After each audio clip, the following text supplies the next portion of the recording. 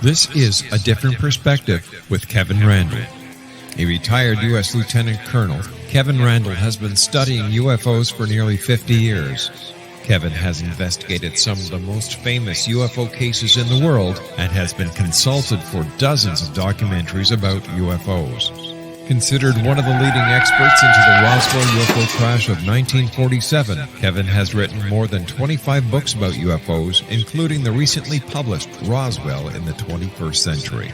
Now, here is the host of A Different Perspective, Kevin Randle. And welcome to this edition of A Different Perspective.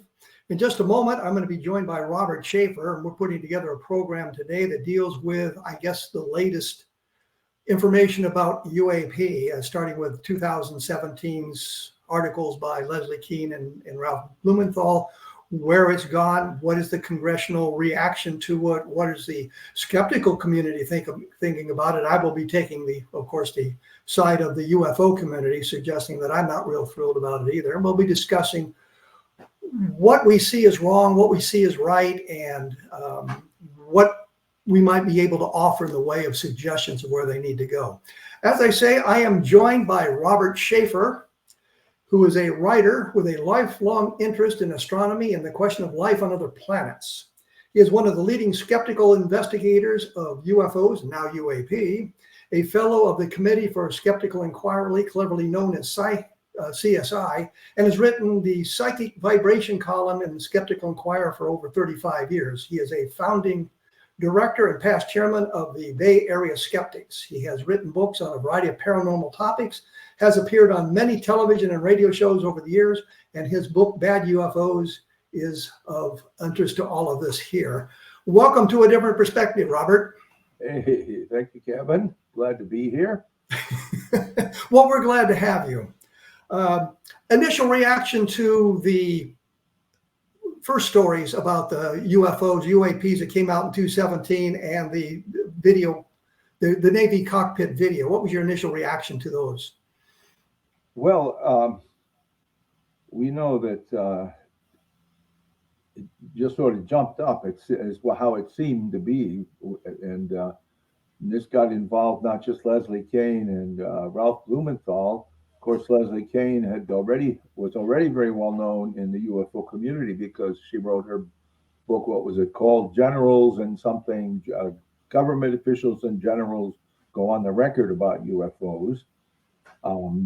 And she, wrote a whole lot of, cases that had already been pretty well explained in the skeptical literature, but she just ignored the explanations, and which is kind of par for the course for a lot of well-known ufologists. Well, let's back up for just a moment. You say she used an awful lot of things that have been pretty well debunked. Give me one example of that. Okay, I'm going to have to go to my over here, my blog, and well, I was just thinking if there was something on the top of your head that you thought might have been debunked that she was talking about. I know a lot of the cases she reported on had already been reported on by other UFO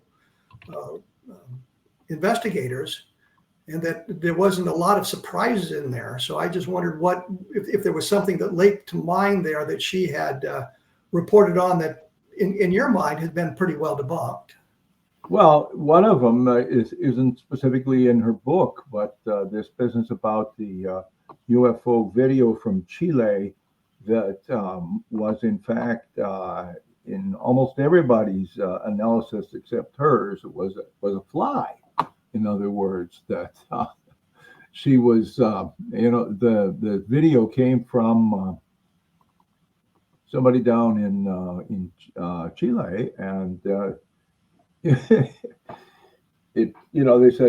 said it's moving so fast, thousands of miles an hour, but that depends on how far it is from the camera, so that if it's close to the camera, maybe it is moving thousands of miles, or it's much less, but if there's distant, like she says it is, then it is moving much faster. But so well, I know from personal experience, I had a on one of my security cameras had a white blob that lifted up. It looked like from the vacant lot across the street. There's nothing over there. There's no lights or anything there. It looked like a white blob. And I was kind of puzzled by this. And I asked a number of people about it. And they said, that's a spider crawling over the lens.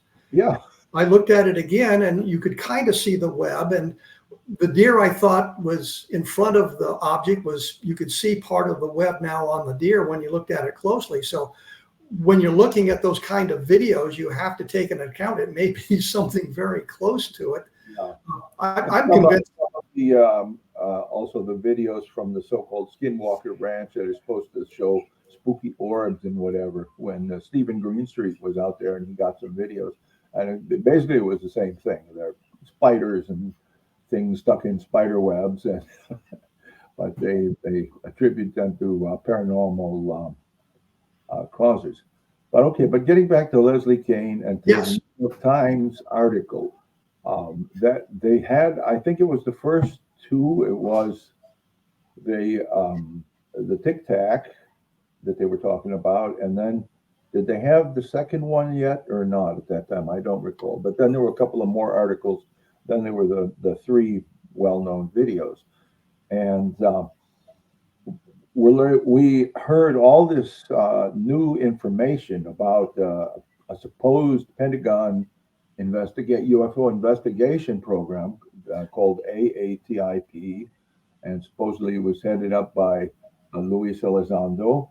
And we heard about, what was supposed to be $22 million or some such thing. Well, that story is so, jumbled up and incorrect. As we now know, that the $22 million did indeed go to somebody to study something, but it was through the machinations of Harry Reid, who at that time was the Democratic leader in the Senate, and then he managed to get the money to actually go to Bigelow, Robert Bigelow, who is this millionaire investor who is now big on UFOs and life after death and things like this. And so, but it turns out that the story, as we've heard it, of Elizondo supposedly getting that money and being in charge of, how it was spent and so on, is not accurate. Well, let me break in, because we're talking about the Navy videos, the Tic Tac. There was one called Fast Mover, and I forget what the other one was called. Well, one was Go Fast, the Tic Tac, and then the other one was Gimbal. So, okay. Yeah. And so that's what we're talking about here, is those first videos that were presented, and everybody was suggesting, well, this is really great because the Navy is finally admitted to UFOs, but it really was, they were verifying, yes, this was Navy video, not what the subject of the video was. It was kind of a subtle distinction there. Right. And actually what's seldom noted is that we don't have the actual original video of this. What we have is apparently pilot had his cell phone with him and took a cell phone video of the screen that was from the underlying data. I mean, if we could get the full underlying data and the full, original video, that would be interesting. I don't think there's anything spooky going on here. Almost certainly, the gimbal and the Tic Tac are distant jets, and Mick West has actually done an awful lot of looking into this. He did a software program. He's former video game programmer, and this involves being able to set up frames of reference, and you're trying to create an image, a video in the game. But you take the same techniques and you take into a video that you already have, and then you try to figure out exactly what's the distance to the object and so on, based on what information you have. And I don't think there's any reasonable doubt we're seeing these distant jets in infrared.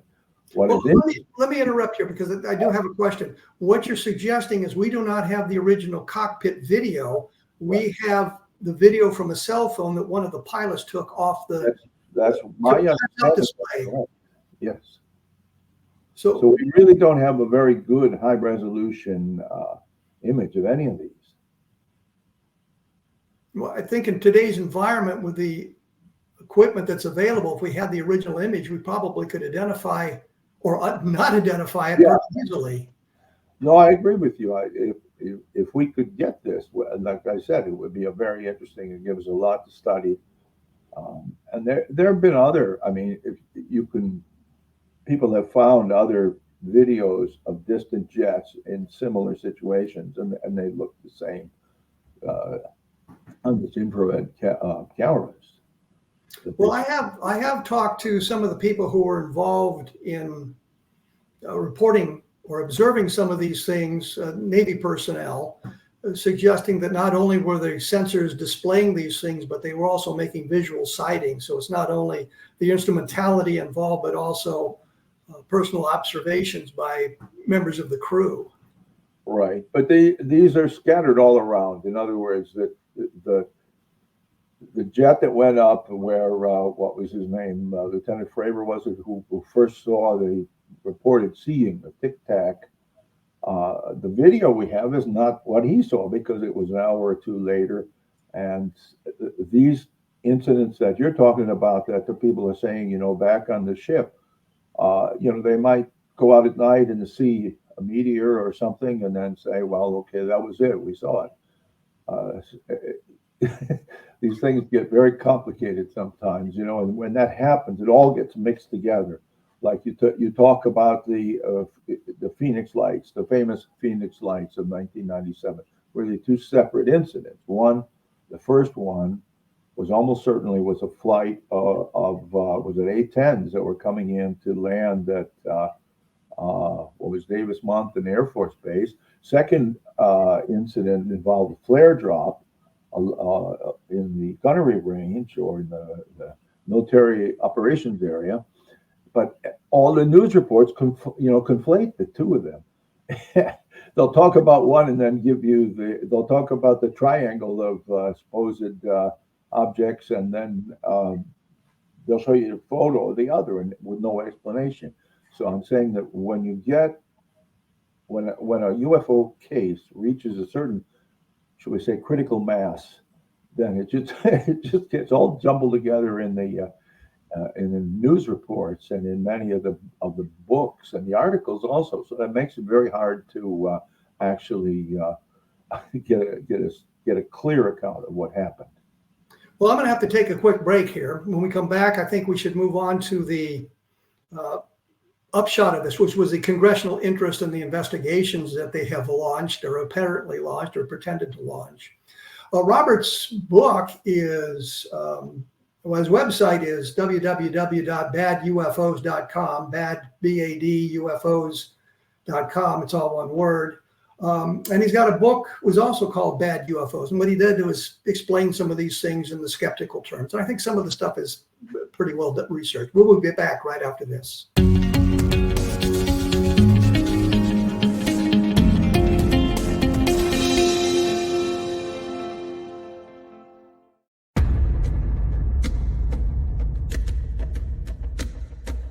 Are you ready for a tale that will leave you on the edge of your seat? Get ready to dive into the gripping memoir by Bart Sibrel titled Moon Man. Bart Sibrel takes you on a heart-pounding journey, unmasking the truth behind America's famous Apollo missions. Prepare yourself for hair-raising encounters with agents from the U.S. government's top-secret agencies. In Moon Man, Sibrel fearlessly reveals his real-life espionage adventures, shining a light on one of the CIA's best-kept secrets. Brace yourself for shocking revelations, including Sibrel's discovery of privately recorded audio exposing an Apollo astronaut's chilling plot, a plot orchestrated by the CIA. That's right. As Sibrel unveils this groundbreaking evidence, it becomes clear that there is much more to the Apollo missions than meets the eye. Could it be that we've been deceived all along? Moon Man is a gripping page-turner that challenges everything you thought you knew. It's a mind-bending journey into the unknown, where the line between truth and fiction becomes blurred. Don't miss this opportunity to uncover the secrets hidden for decades. Let your curiosity guide you as you join Bart Sibrel on his quest to find the truth. Moon Man, available now at Sibrel.com. That's Sibrel.com. Prepare to have your beliefs shaken to the very core.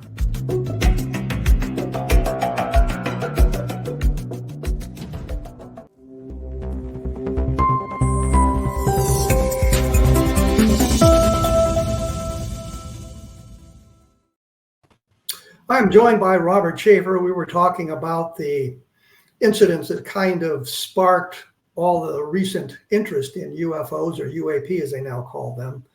I was of the impression that the 3 videos that were released earlier that we talked about a little bit had been pretty well explained by technological glitches in the equipment.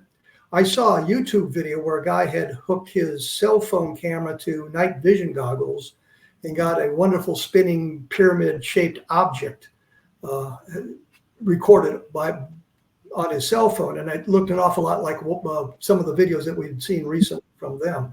But this sparked a congressional interest or public interest in UFOs, and we ended up with a organization known as Arrow.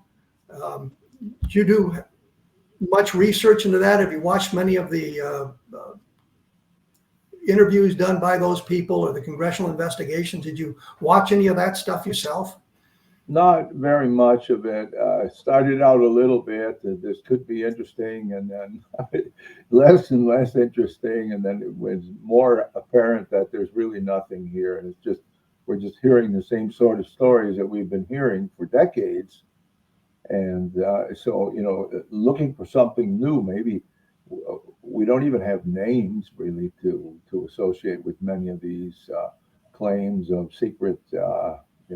What I forget the term they were using, but basically, supposed crash saucer investigations and whatever.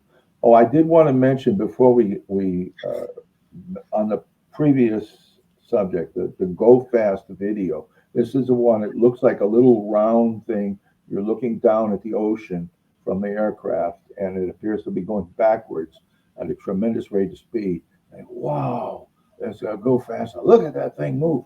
Well, if it was a balloon or a bird moving slowly, it maybe 40 miles an hour or less, and the aircraft is going forward at 400 miles an hour, they didn't seem to realize that what's that going to look like? You've got your ocean, down here, and you've got your object here in the aircraft going zoom. It's going to look like the object is going zooming back in the other direction. I mean, this is just simple geometry.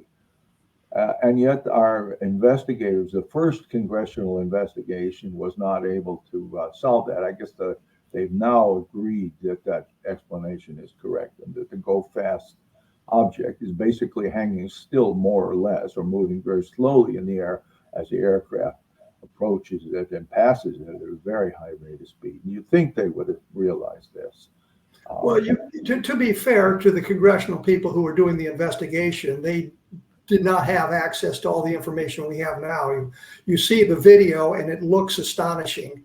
Yeah. If you don't understand the geometry or the physics of the situation, you could be fooled by it. Kind of like the blob across the street didn't realize it was a spider crawling across the lens of the camera.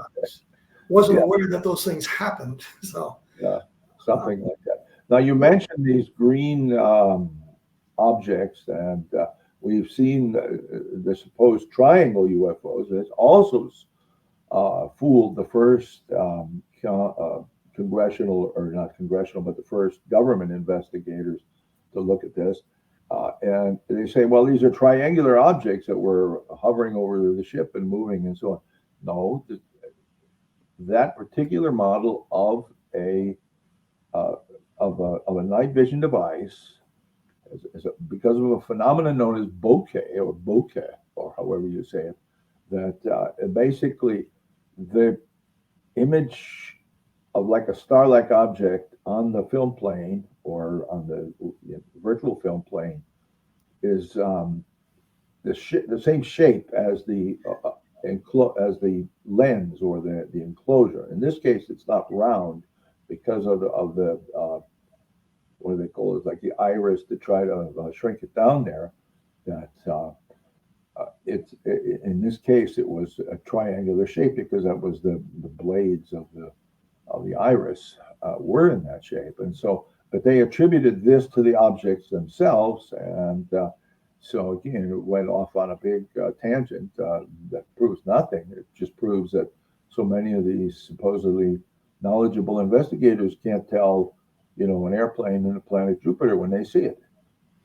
I think back to the old days of the video cameras when we first were getting the video cameras, and you would get images. They would say we saw this object hovering in the sky, and it had sort of a Batman signal type shape to it. And you look at it and you find out that was an artifact created in the camera because of the way the irises and the lenses were working together. So it wasn't really a Batman signal. It was just a star. Or the one case I know of, it was Venus, because they said, well, we watched it for about 2 hours and it just finally faded away. And I'm thinking, yeah, Venus probably set, or the sun came up and washed it out. But yeah. I know that those sorts of things happen, but we become, and I say we, a lot of the investigators in the UFO committee have become aware of that, so we can eliminate those things immediately. Right, and that's good. See, I think what you're saying there is it's sort of the same phenomenon that produced that pyramid shape or triangular shaped object. Yeah, exactly. Glitch in the They have not come to that conclusion. Also, the government AARO or whatever it is. But should we trust everything that the official investigators are saying? Because there was an interview, a congressional interview of two Pentagon spokespeople, and one of the congressional members asked about the Maelstrom Air Force Base incident. And the investigators said, well, I don't know anything about that. We've not heard anything about that. This is, of course, the missile shutdown at Maelstrom Air Force Base in 1967, right, where there were UFO sightings around the base at the same time, just giving the audience a bit of a background here. And I was astonished that the investigators said, well, we don't know anything about it. And here's this congressional representative who knew about it and was asking them what they thought about it. And eventually the guy said, well, we do know something about it. So they were kind of caught off guard by the question and suggested that maybe they were being less than candid in their responses. I'm not sure about that. A guy might have just been trying to make it like a CYA move to not look so completely out of it. I mean, it's hard to know.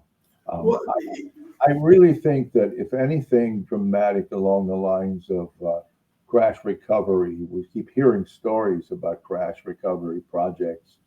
If there were any substance to any of them, it would have leaked out long, long ago. Well, I could make the point that it has leaked out, but that's a whole other argument. What I wanted to ask to you, since you brought up the crash retrievals, yeah, we had David Grush making all these claims last summer. I'm sure you're aware of those. What was your opinion of what he had to say in his congressional testimonies and the interviews that he had conducted? Well, at first I thought he might have some new information, but once he'd gone on for a while, it's obvious that this is just a rehash of everything that's been said before. Who is it? David Kimbian, I think, has been keeping track of how many days it's been since Grush first came forward and said, I have this amazing information. And it's been more than a year, and we still don't have any specifics. When you say it has leaked out, well, rumors have leaked out, but anything that's factual, anything that can be verified as far as a government project, no, there is nothing like that. So, were you aware of the 1933 UFO crash that Grush had mentioned? I had not heard of it beforehand, but I looked it up, as I'm sure did many other people. And apparently this was something that is one of these stories that have been circulating in Italy among the UFO community there. But again, when you try to make, to get facts to support it, there aren't any. And there is one supposed document or something that mentions it, but then somebody has analyzed the document and said this is not authentic. So essentially, they're saying, Mussolini had his saucer. Well, if Hitler, everybody knows the Nazis had flying saucers, right? So if Hitler had a flying saucer, why couldn't Mussolini have one, right? Well, I think what's important, I hadn't heard about it either until he mentioned it, and I sort of made a side issue of looking at crash retrieval stories. And I think that the vast majority of them are single witness or easily disproven. And I hadn't heard about that, but colleagues in Italy who had looked into it sent me their documentation and said the museum that was supposedly mentioned and it didn't exist. The archives didn't exist. The library didn't have any knowledge of it. And it struck me as it was an Italian attempt to come up with MJ12. It all kind of looked like the same thing we got with MJ12. Well, here's this document, and here's this, and here's that. And you couldn't get to original sources. You couldn't find the documentation. You couldn't verify the information at all. It just looked like that at me. But I think the point is, I contacted colleagues in Italy who are more on my side of the fence than yours. And their conclusion was that it was a hoax. And I'm thinking that if you're on the inside with all this information that you've allegedly got, you would have known that early on, because it took me almost 30 minutes to learn the truth after you talked about that. And I was surprised by that 1933 comment. Yeah, I don't think he's even very well. He didn't. How should I say it? To get his information consistent, he didn't. I don't think checking one and seeing if there's any common elements and seeing if there's anything that looks more plausible or less plausible. Seems there should be analysis performed, and I don't think he's really doing any analysis. I think he is just repeating stories he hears.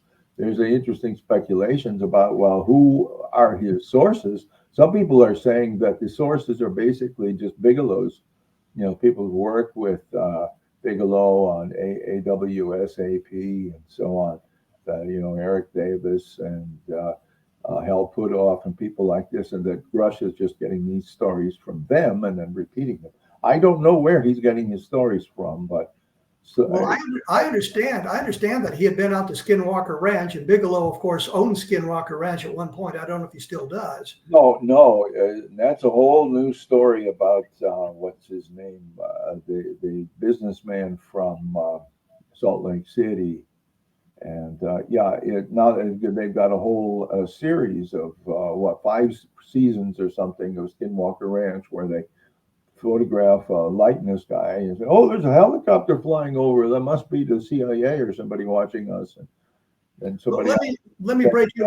We're going to come back. We're going to come back to this because I think Skinwalker Ranch is an important link to what Grush was talking about. And I think Grush was being perfectly honest in what he said. He was told these stories and believed them because he made it clear that he was a secondhand witness. And I'm thinking, yeah, so am I. I can give you all kinds of names of people who've told me these stories as well. It's getting the proof that is an important part of the whole investigation.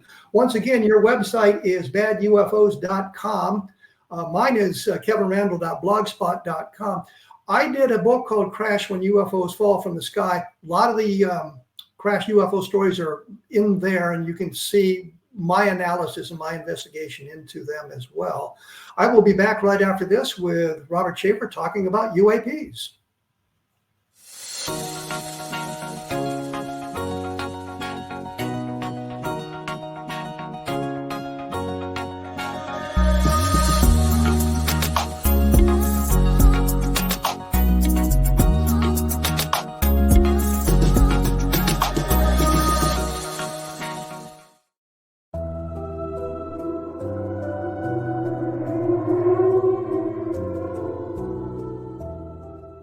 Welcome to Haunted Indian River County by Larry Lawson. Indian River County is an idyllic vacation spot on Florida's east coast, not far south of Cape Canaveral. Known as part of the state's famed Treasure Coast, many are unaware of the deep and fascinating history this area played in the development of the Sunshine State. Also lost among its visitors and residents are the chilling stories of the hauntings that accompany this rich history.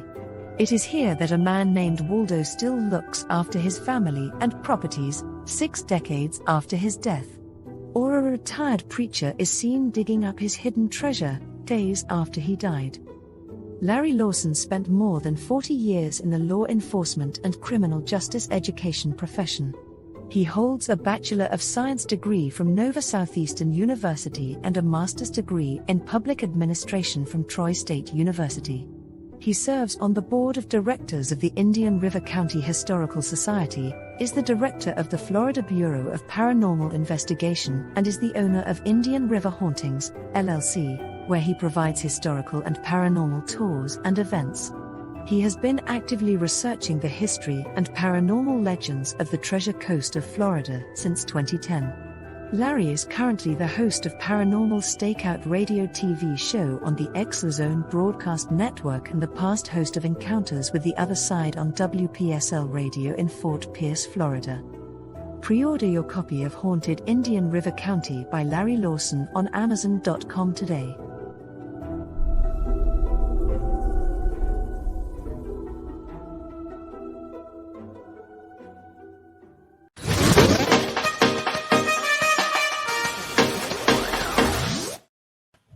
And I am back with Robert Sheaffer. We were talking, I guess, a little bit about Skinwalker Ranch, which becomes important in understanding David Gresh's claims of 12 recoveries. And some of the people that you mentioned, Robert, such as Chris Mellon and Pertoff, and these people have been to Skinwalker Ranch, and that puts Gresh in contact with them, and they are spinning these tales. In fact, Mellon just released, and I don't know if you saw it, a email which was redacted, partially redacted, suggesting that the Kingman, Arizona crash may be real. And I do not believe that for a moment. But I think this is where Gresh got his information. So he heard these people talking about it. So he knows nothing firsthand. He hasn't observed the stuff himself. He's repeating what he had heard. Are you familiar with the Kingman story at all? I know that about 5 years ago or so, MUFON kind of adopted that as the case of the year for their symposium in the summer. They each was in July. They have a MUFON symposium somewhere, and I know they were promising big revelations and this and that. And I guess somebody presented something, but nobody was very impressed. I don't know a lot on the specifics of it. Kingman is about halfway between Las Vegas and the Grand Canyon. It's out there in it's in northern Arizona. Right. And the story came from a guy named Arthur Stansel, who apparently was stationed in Nevada at one point at what was Indian River Air Force Base or whatever. It's now got a different name, but he was supposedly recruited to help investigate a UFO crash, and he speculated it was near Kingman, Arizona. Oh, he didn't know where it was, but he helped to investigate it. Well, they flew, and this makes no sense to me. They flew them from this base in just north of Las Vegas to Phoenix, put them on a bus, and then drove them for 4 hours. I'm thinking, why not drive them down from Las Vegas? They could have gotten there a lot quicker because it's like 90 miles from Las Vegas. Right. So I did, as far as Skinwalker, I looked it up. It was in 2016 that Bigelow sold the ranch to Adamantium Corporation or something, which I guess is some science fiction name or Marvel superhero name or some such thing of an element. But of course, it's Brandon Fugel is the businessman from Salt Lake City who is now the owner. And I got to say, it must have been a very, very wise investment because they're now on their 5th season of a TV show. Now, if you want to make money in the paranormal, UFOs, or anything like that nowadays, you make a little off books. I can't think of anybody who has probably made a substantial sum of money off of books. But if you can get a TV show, remember Tom DeLonge had a TV show for 2 years. It was on the so-called History Channel or one of those, and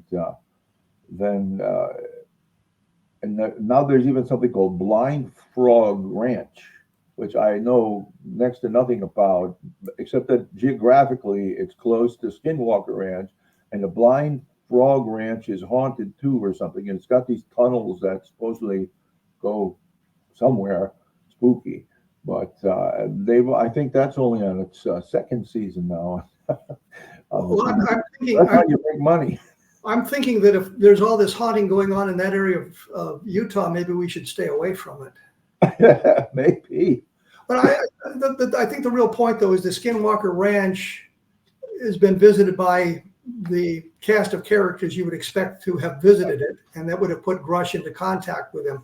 I did a posting on my blog guessing what the 12 UFO crashes that Grush would be talking about. Of course, knowing that one of them was Italy and one of them was Roswell, because he'd mentioned those publicly. But what would some of the others be? And I based it on what had gotten publicity and what seemed like it had some interesting information around it. I don't remember if I put Kingman on it or not, but I'm thinking based on what I was able to guess and what I've heard going around the UFO committee, what it might have been, I was able to put together a list of 10 or 12 crashes that I think that might be the ones he was talking about.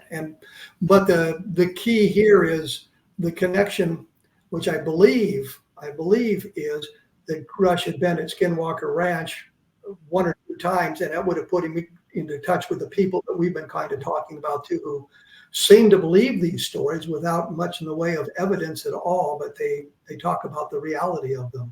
Has this been confirmed that Grush did visit Skinwalker, or is that just? I have not confirmed it to a 100% satisfaction, but I believe it's true. I believe that he was there, that he has been secondhand, to talk to the people who were there, Eric Davis and so on, the people who were working with Bigelow. But again, it's because the speculation is where did he get these stories from? Of course, if you recall, us old timers in ufology remember Leonard Stringfield, who MUFON guy, who starting in the 70s and continuing at least through the 90s, he was collecting all these different stories about supposed UFO crashes, and he had, I don't know, something like 40 supposedly independent sources for these things, but of course no facts. And here we are decades later, and still none of the Stringfield cases have been shown to be authentic. Well, in defense of Len Stringfield, what he was doing was collecting the tales, as you said, and he wasn't sure, and he was publishing it. He was publishing it in the hopes that somebody else would pick it up and run with it and be able to come up with information. But his information, specifically the Robert Willingham story about the Del Rio crash, which, by the way, appears in the MJ12 papers, it was information that he had in his status reports that helped me verify that Robert Willingham was not telling the truth. I also attempted to get Willingham's service record, got Willingham's service record. He claimed to be a retired Air Force colonel. He had spent 13 months in the Army and he was discharged as an E4, not exactly a colonel, but Len was talking about the evolution of his story and suggesting it might not be real. So Len investigated some of it. He did provide commentary on what he thought was a good case or where things may have gone off. So I say that in defense of Len because I know what he was doing. Rather than I'm collecting these stories and putting in a file cabinet to build up, I guess, my log of UFO crashes, but he was publishing the information as it came to him. One of his sources, by the way, for one of the crashes was Ray Fowler on the Kingman crash. But I wasn't trying to criticize Stringfield because, like you said, he was just collecting information and publishing stories and such. And then the question of whether to believe any of these is separate. But getting back to Skinwalker, I wanted to point out what Stephen Greenstreet of the New York Post has. He actually got invited to go out there and spend some time and talk to the people and so on. And of course, he didn't find anything spooky out there.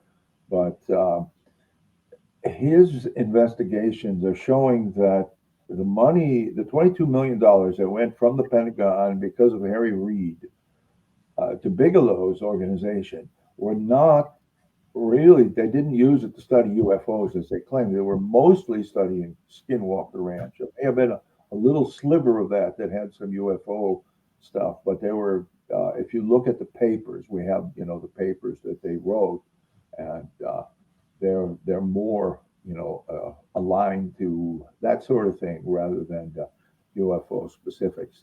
And, Well, my understanding was that some of that $22 million went to Bigelow to research anti-gravity propulsion systems too. that's right. That was part of what it was. And, you know, if you get the list of the first 23 papers, what do they call them, DIRDs or something, technical papers on spooky stuff. But yeah, like you said, anti-gravity and, you know, this sort of thing is based on what, you know, they thought they were learning there at the Skinwalker. But so it's, yeah, it's rather funny when you look at the book by, now James Lukatsky was the guy who was like on the Pentagon end of the study of AAWSAP, and then Bigelow, one of Bigelow's people, I forget who it was in charge of managing his end of the contract, and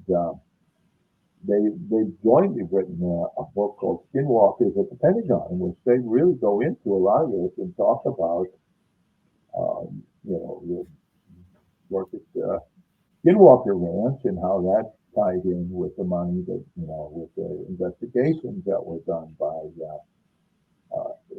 this group. And in fact, they have a long list at the end of all kinds of. Well, let's move back to the current investigations. What did you think about NASA being saddled, tasked with studying UFOs, UAP? Well, didn't that happen, I don't know, 40 years ago or something, and it didn't go anywhere, and then they shut it down? And, My understanding was they weren't tasked with it. They were asked if they wanted to do it, and their attitude was, no, we really don't care to. Which I thought was kind of a bizarre position for an organization that deals with space, not wanting to even look at the information about some sorts of space travel. So. Well, maybe they didn't believe it really had anything to do with space and more to do with psychology, in which case the decision makes a little more sense.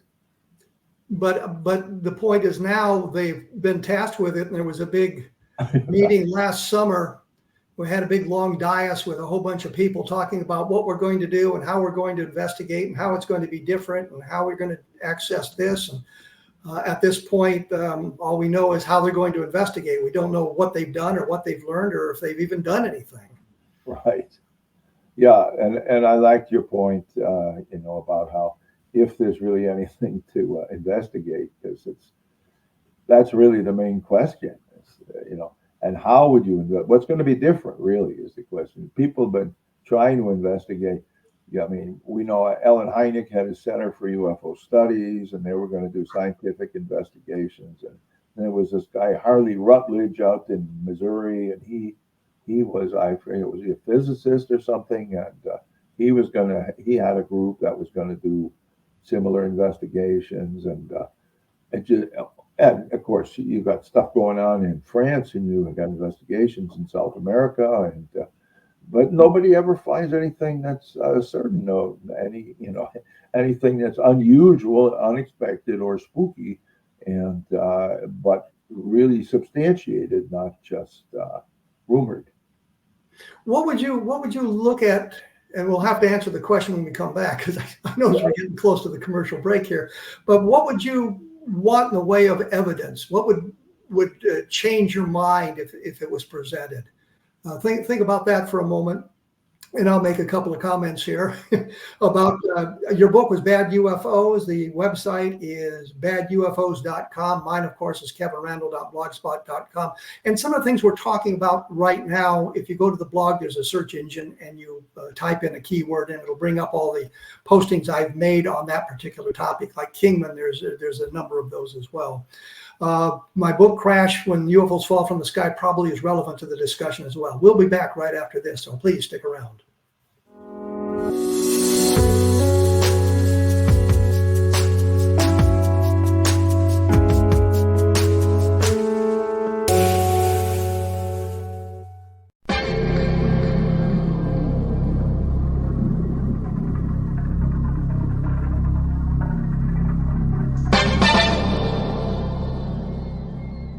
Are you ready to dive into the mysteries of the unknown?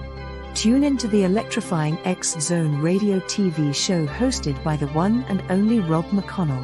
I'm Rob McConnell, and get ready for a mind-bending journey through the unexplained phenomenon that surrounds us all. From UFO encounters to cryptids, ghosts, and everything in between, we've got it covered here in the X-Zone. Rob McConnell, the seasoned investigator and renowned radio personality, brings you the most compelling interviews with top experts, authors, and experiencers from around the world. Each episode is an unforgettable exploration into the depths of the extraordinary. That's right, X-Zone Nation.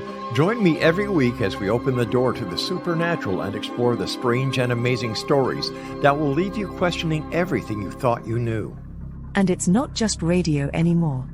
With our groundbreaking TV show, you can now witness the sessions unfold right before your eyes. From chilling reenactments to captivating visuals, prepare yourself for a multimedia experience like never before. With a legacy spanning over 2 decades, the X-Zone radio and TV show with yours truly, Rob McConnell, is your ultimate source for mind-blowing entertainment and thought-provoking discussions. Join our growing community of truth seekers as we continue to unlock the world's mysteries. So, why wait? Step into the X-Zone and embark on a journey that will challenge your beliefs, ignite your curiosity, and keep you on the edge of your seat. Remember, X-Zone Nation, the truth is out there, and it's waiting for you right here on the X-Zone radio and TV show with yours truly, Rob McConnell. Don't miss a minute of the action. Tune in now on your favorite radio station or visit xzoneradiotv.com to join the adventure. The X-Zone radio TV show with Rob McConnell, where reality meets the unknown.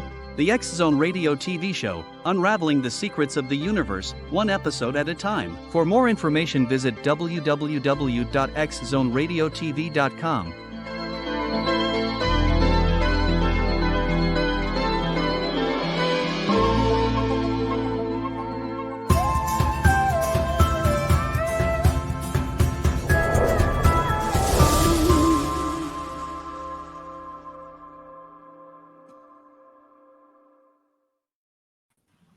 And we are back with Robert Sheaffer.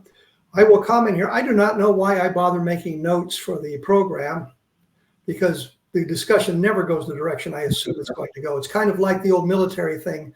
When the first shot is fired, the plan goes out the window. Right. Anyway, when we went away, I had suggested that I would like to know what you would like to see in the way of evidence, short of maybe a captured craft, which would end the discussion at that point. Yes. But what kind of evidence would you be looking for that we might be able to find as we go out in our UFO investigations? Well, that commercial we just saw with the aliens in it, that's pretty good evidence. I think for me, the key word would be redundancy. In other words, independent. How many people independently saw it? How many people independently photographed it? Did those people have any connections with each other beforehand? And so on. We tend not to get this, except in cases like a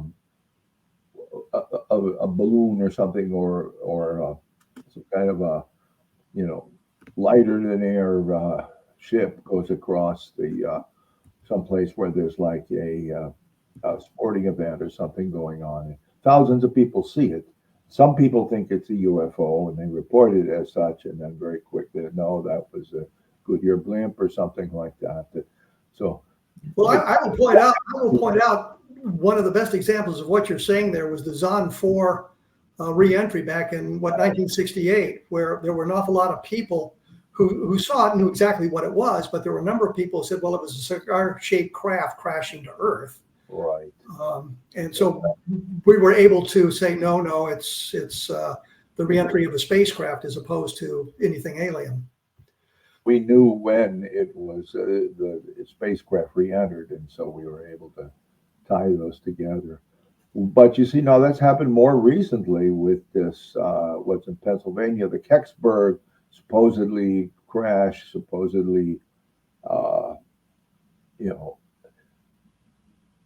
supposedly recovered by the military and all this, but we know exactly what it was. It was a very brilliant meteor or meteorite, I guess if it hit the ground, that was seen by many people across a path of 300 miles all at the same time. And there were a number of photos of it and so on. So we know the object was there. But then some people said, well, but no, it crashed near our town and the military was out here.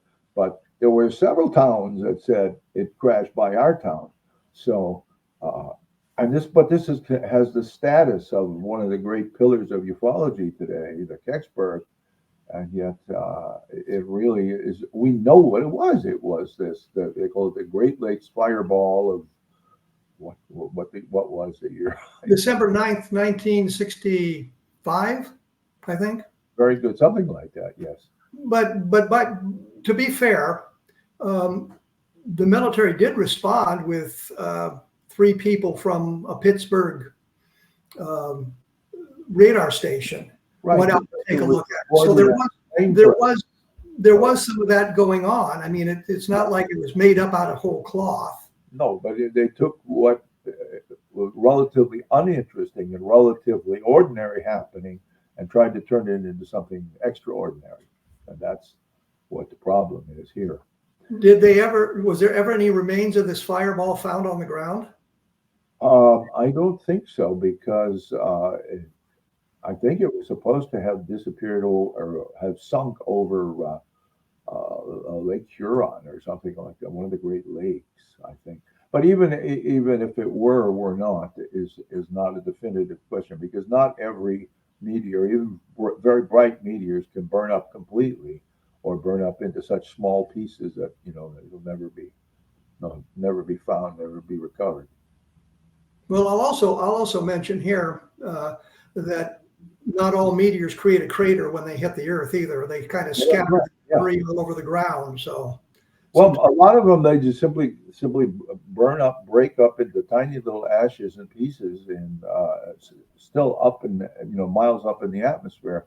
And so the all likelihood of this one fell into Lake Huron, because that's where it was, when they think. But even if it fell over the ground, what are the odds of finding some ashes on the ground if it's 100-mile stretch and you don't know exactly where it was, and so on.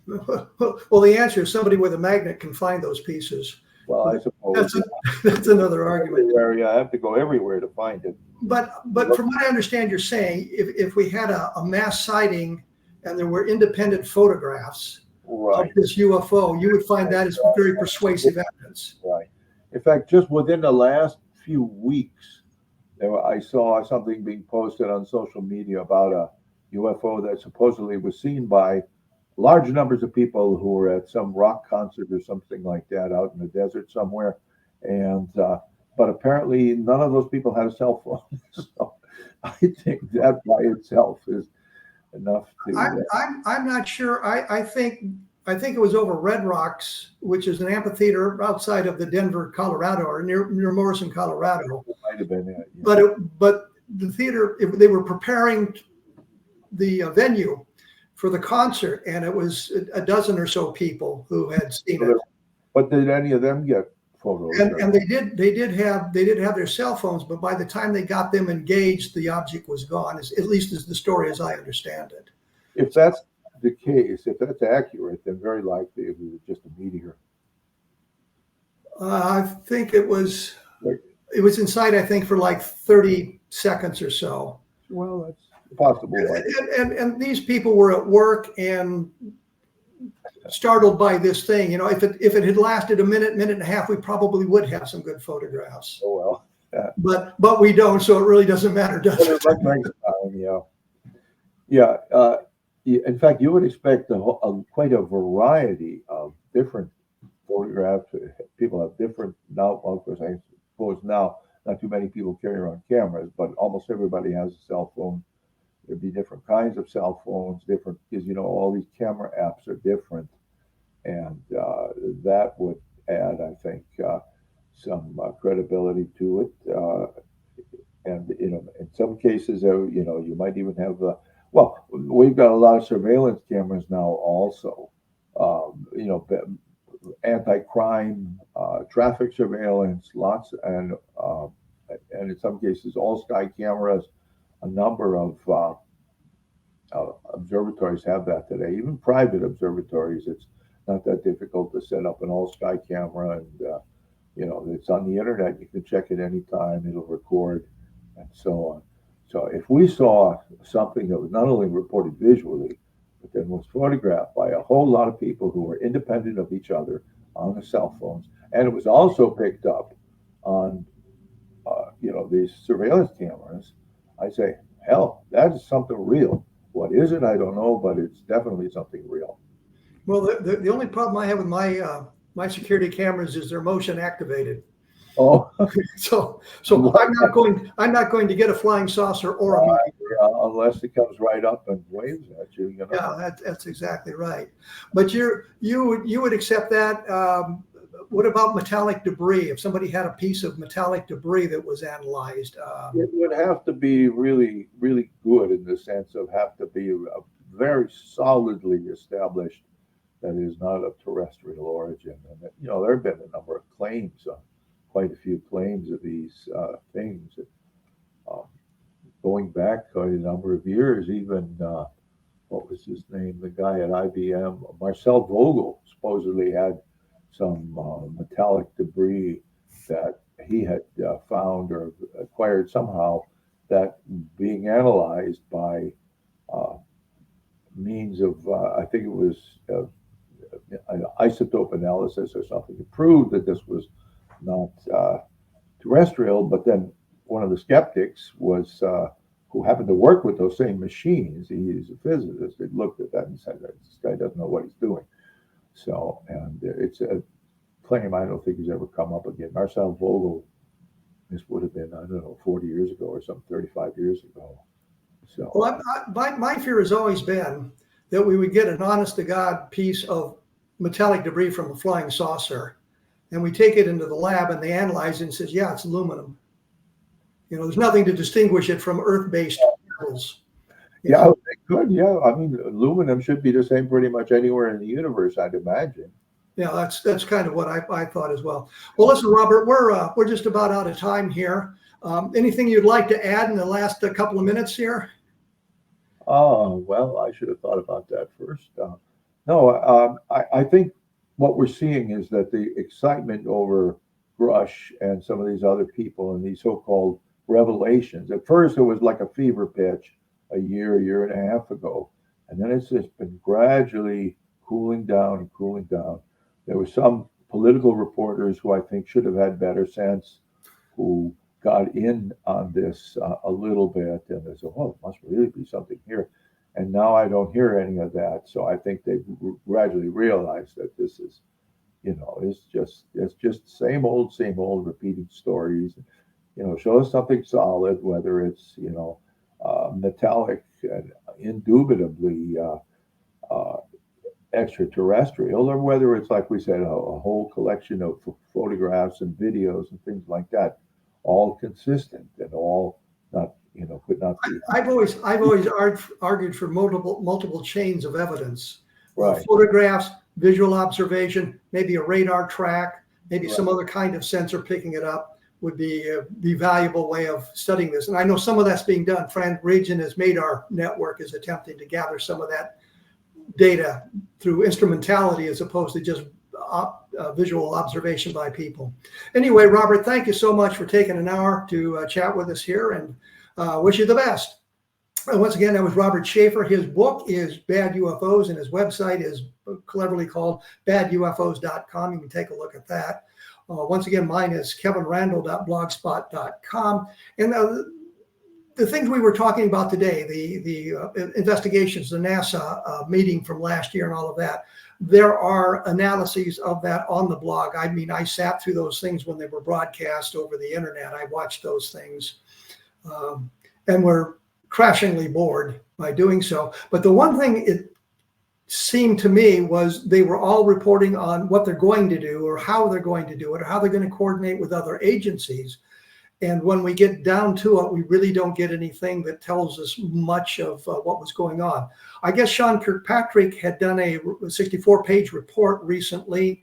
There is multiple errors in it.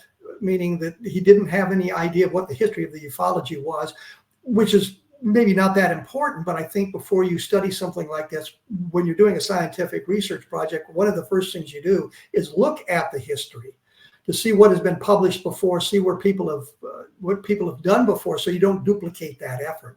And I didn't see a lot of that. So where we are today is probably where we were 5-6 years ago, before all of this interest in the name change to UAP came about. As I say, one of the books that would be relevant to this discussion today would UFO, what crash when UFOs fall from the sky. There's like 118 different instances of UFO crashes mentioned in that book. I think very few of them, maybe 1 or 2 of them, are actual cases that deserve more investigation. Kingman being one of them. And next week I'm going to try to do more about Kingman, so we have a better idea of what all of this stuff going on is. So anyway, thank you for tuning in, and I will see you next week.